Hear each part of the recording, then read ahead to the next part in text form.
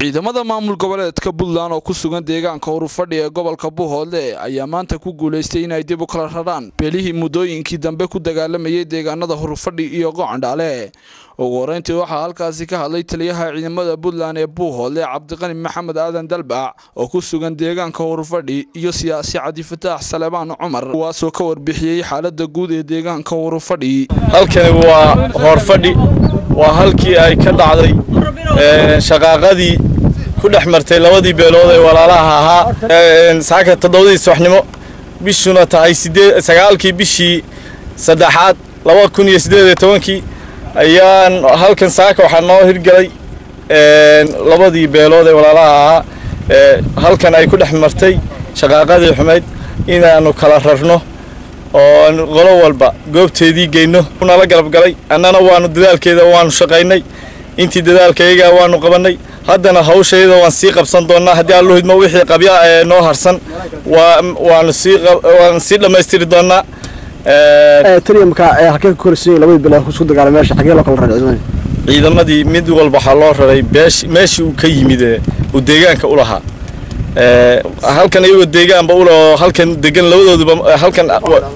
iyo qolo walba meeshii ay ka soo duushay meeshii ay deegaanka u lahaayeen bay mid qolo walba tagtay waxaan u kala rarnay ceegaag iyo Soljo xaaladda nabadgelyo weeye hadda anaga joogna ciidankii amniga ee maamul goboleedka Puntland ayaa hadda jooga shaqadayadii anaga qabsanay waa mid nafaraysa islaamnimo iyo ehelnimaba mid nafaraysa weeye shaqada aan hadda hayna ciidnana uma qabanayn shaqadaasina hadda si wacan bay noo soconaysaa wixii qabya noo dhimanna waan dhamaystirnaa hadda allo waxaan u mahad celinayaa ciidamadan dawladda Puntland sida xeerlayda deegaankooda iyo dadkooda dirirtu ku dhaxmartay sokeeyaha u soo gurmaday iyagana aad baan ugu mahad celinayaa xakameeyay xabadiyadoo ay dhacaso ciidamadan annagu waan wada socday xabadiyadoo ay dhacasa ayay yimaadeen xabadu intii ay yimaadeen xabadanba kama dhicin qori furan bay dhex yimaadeen qorigii furnaa way xidheen wayna kala fogeeyeen way ku mahadsan yihiin runtii waana laa shukra cala alwaajib iyaga madaxweynahooda madaxweyne ku-xigeenkooda taliyaashooda ciidamada intuba way ku mahadsan yihiin waana u mahad celinaynaa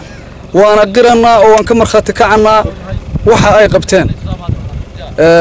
Soomaalidu waxay ku maamaadaa wixii muuqdaa macaan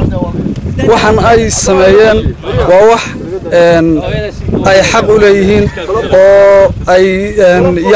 ay dantooda oo dadnimadoodu ay faraso inta kadib labadii beelood ee halkan shaqaaqadu ku dhaxmartay